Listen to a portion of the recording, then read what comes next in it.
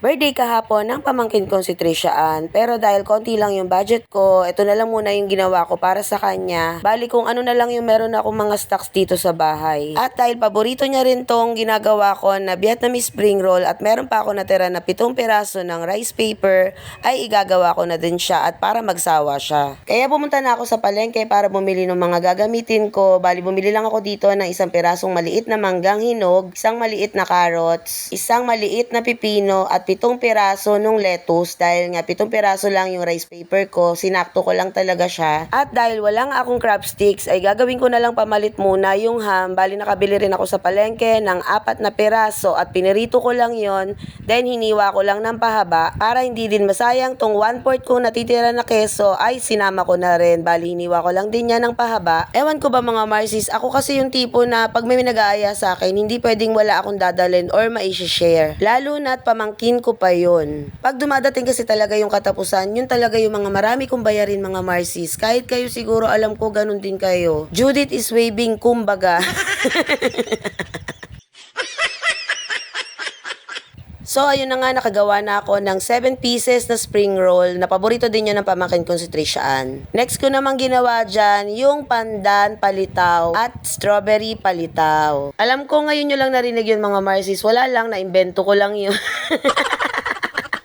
At kagaya nga po ng sabi ko, kung ano lang yung mga meron akong stocks dito, yun na lang yung gagawin ko. At dahil meron din ako natira dito na glutinous rice flour nung nagawa ako ng egg palitaw, ay iginawa ko na din siya dito ng kulay green at red na kulay ng palitaw. Dito sa kulay green, nagpatak lang ako ng buko pandan na extract. At doon naman sa kulay red ay nagpatak lang ako ng strawberry na extract, yung nabibili lang na McCormick. At dito naman sa palitaw ay gumastos lang ako ng 20 pesos dahil bumili ako ng nyog para ipangbubudbud ko mamaya doon pag nakagawa na tayo ng palitaw. At sakto nga din na meron pa ako natirang konting asukal at saka sesame seeds. Yun din yung ipanglalagay natin. Kagaya lang din ang paggawa ko noon ng egg palitaw. Pala ko pa nga sana na gumawa din ng pandan at saka ng black kuchinta dahil may natira pa akong 1 kalahating cup ng cassava starch na ginagamit ko sa paggagawa ko nga ng kuchinta. Kaso talagang ginahula lang din kami sa oras dahil mag-aalas 9 na to ng gabi nung ginawa ko. Talagang hinabol ko lang siya mga Marcies na para lang may magawa akong mga ma-share ko nga doon na dadalhin ko sa bahay ng kapatid ko. Sasakto din sana yon kung nakagawa ako ng kuchinta dahil pwede rin gawing budbud doon yung nyog. At ang total ko lang lahat na nagastos dyan mga Marcies ay 250 kasama na doon yung paggagawa ko ng pasta, ng palitaw, yung nyog at yung mga sangkap na ginamit ko kanina doon sa paggawa ko ng Vietnamese na spring rolls. Natutuwa talaga ako dyan mga Marcies kasi nung gabi pa lang nung nag-uusap kami ng asawa ko, ayoko talaga sanang pumunta kasi nga wala kaming madadala.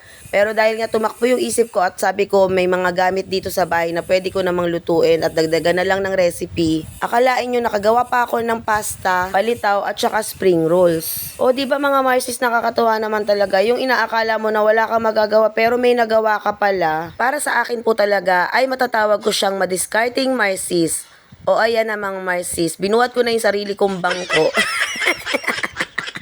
Masaya lang talaga ako dahil nakagawa ako ng paraan para makapagdala ng share ko. At bukod pa doon ay sinisigurado ko na masarap tong lahat ng niluto ko. At dito nga sa ginawa kong palitaw, nakagawa ako ng tag 8 piraso ng kulay green at red. Saktong-sakto lang naman din yun kasi kami-kami lang din naman ng mga pamangking ko at ng mga kapatid at bayaw ko. At nung naluto na lahat ng palitaw ay sinala ko muna. Then ito naman yung ginawa ko, sinangag ko yung sesame seeds na natira. Ito naman yung nyog na gagamitin natin sa pambudbod. Bali nilagay ko na lahat ng asukal na puti na natira at ihahalo ko lang dyan yung sinangag ko na sesame seeds. Bali pinalamig ko muna yan bago natin nilagay kasi magbabasa-basa siya pag mainit. At sa ganitong way ko ng paggagawa ng palitaw mga Marcies ay kahit papaano tumatagal siya ng 1 hanggang 2 araw basta nakalagay lang siya sa rep. Gaya nung nagawa ako ng egg palitaw, inabot siya ng 2 days sa amin bago naubos ng anak kong si Catherine. At ang last ko naman lulutuin dito bago kami pumunta sa bahay ng mga kapatid ko noong mga oras na yan ay itong inimbento ko na shrimp chicken spinach Alfredo. Kita nyo mga Marcies, nasama pa yung pangalan ng bayaw kong si Alfred.